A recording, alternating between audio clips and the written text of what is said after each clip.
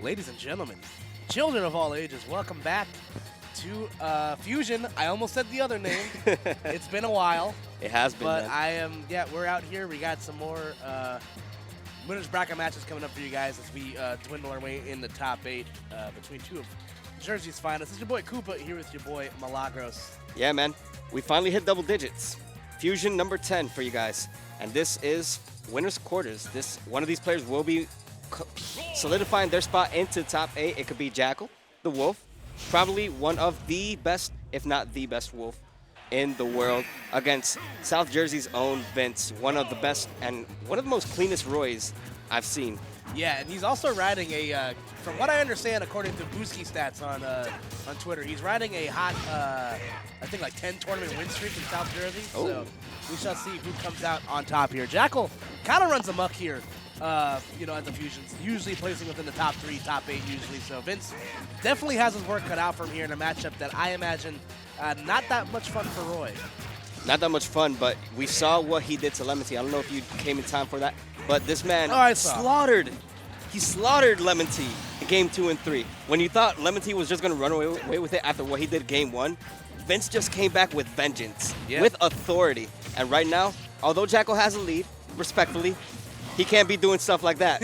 He can't be letting Vince get control like that. No, that is a problem that I see Jakal tend to have sometimes. He does get the SDs, but wasting no time making the most out of that stock nonetheless, and equalizing with a very impressive wolf string.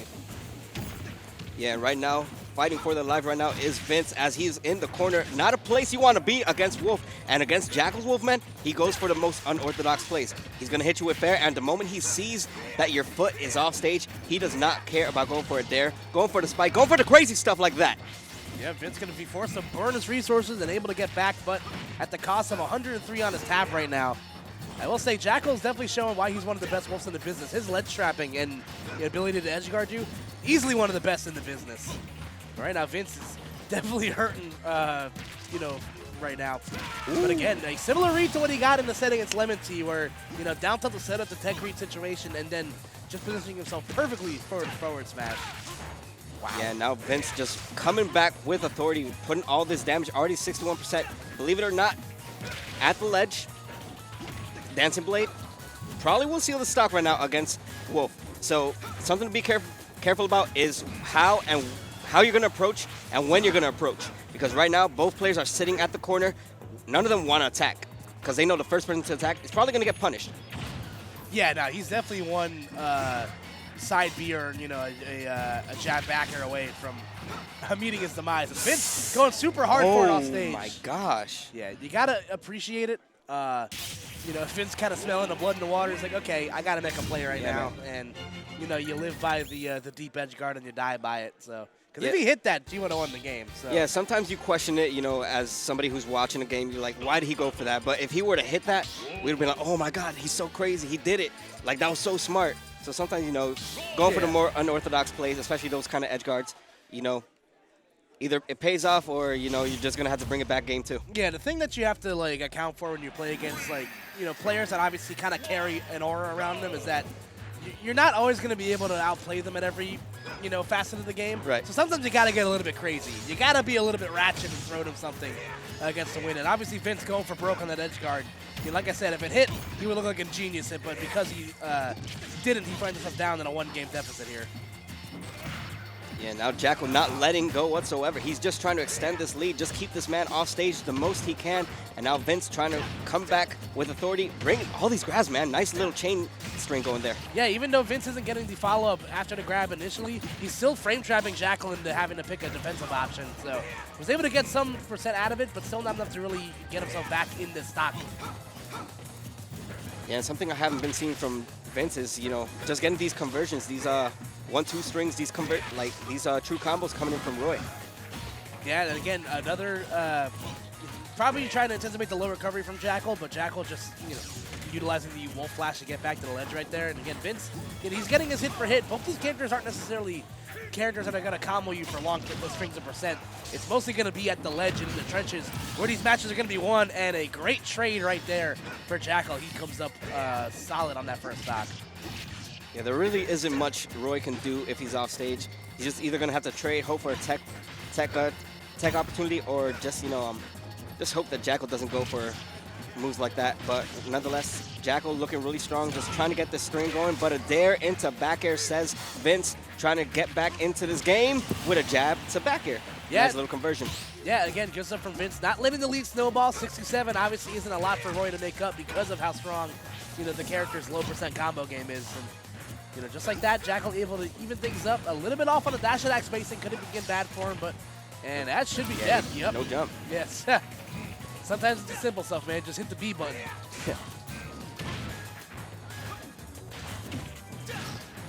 Anyway, just like that, though, Jakal finds himself up in prime position here, gets the trip on that down tilt. That could be big damage for him.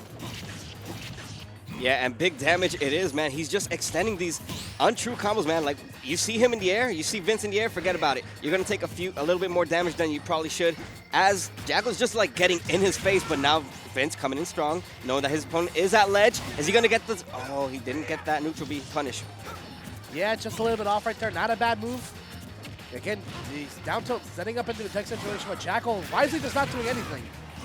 And there we go. Side B is the equalizer there, but again, 91% on the tab right now for Vince. Not out of the woods, you know, just yet as Jakal. You know, Vince catches him on the right side of an edge guard. You know, he can definitely bring this out, but some rough DI on a dash attack, and that's going to be it again. And nothing can save you from that blaster, man. The moment you use that jump, you knew it was over. Vince a little bit upset. You know, game one seemed like it could have gone to his favor. He got a little bit too greedy. Tried to go for a little bit too much of a style.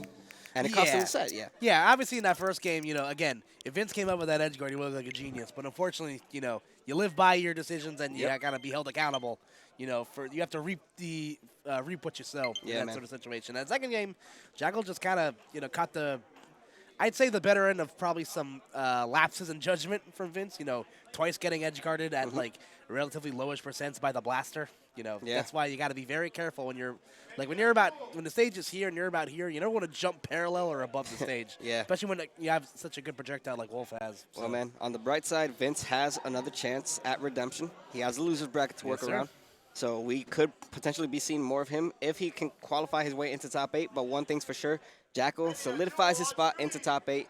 And we are going straight into it as we have Venya versus Jewel. The New York battle. Yeah, you gotta love the carpool team kill right here between Deadly Alliance versus Third Day, GG. So I know we're gonna Jewel with an impressive win over Beast earlier on stream. So you know, both these guys kind of having, I'd say, you know, over the weekend for their standards, probably a disappointing performance.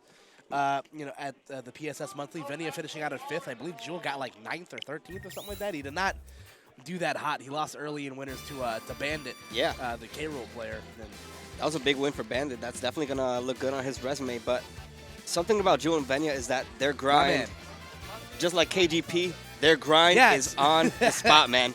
See, some people start GoFundMe's. My man sells baked goods. Yeah, so everybody, please. Yes, and see, you're smart. You're smart. Wait, This is the gas money. I love it, man. Shout out to KGP. So support my man. Send him to Final Saga, man. It's February. My God, that's a. Bro, man, I don't got money on me, man. Not today. Not today. I got you next week if you come. Yes, sir. As we are waiting somebody to sit down on stream right now, so. Something going on. Venya and Jewel just waiting. Kelvin, what's going on?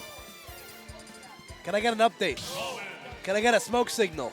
What you mean we got to go? It's only 44 people and it's 9 o'clock. We got hella time to work around, guys.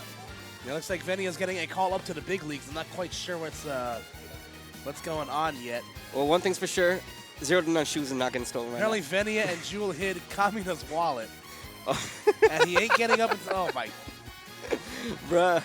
Always something with the New Yorkers, man. If it's not stealing your shoes, it's stealing your money. Probably your wallet. Probably your ID. You know what? Probably a passport. Sometimes it be your own, man. Don't worry, guys. He got his wallet back. All right, this is in from the newsroom. Marcel found his wallet. They find it. Now, how much is in his wallet? I can't say. I'm going to say at least $52 and maybe a Chipotle punch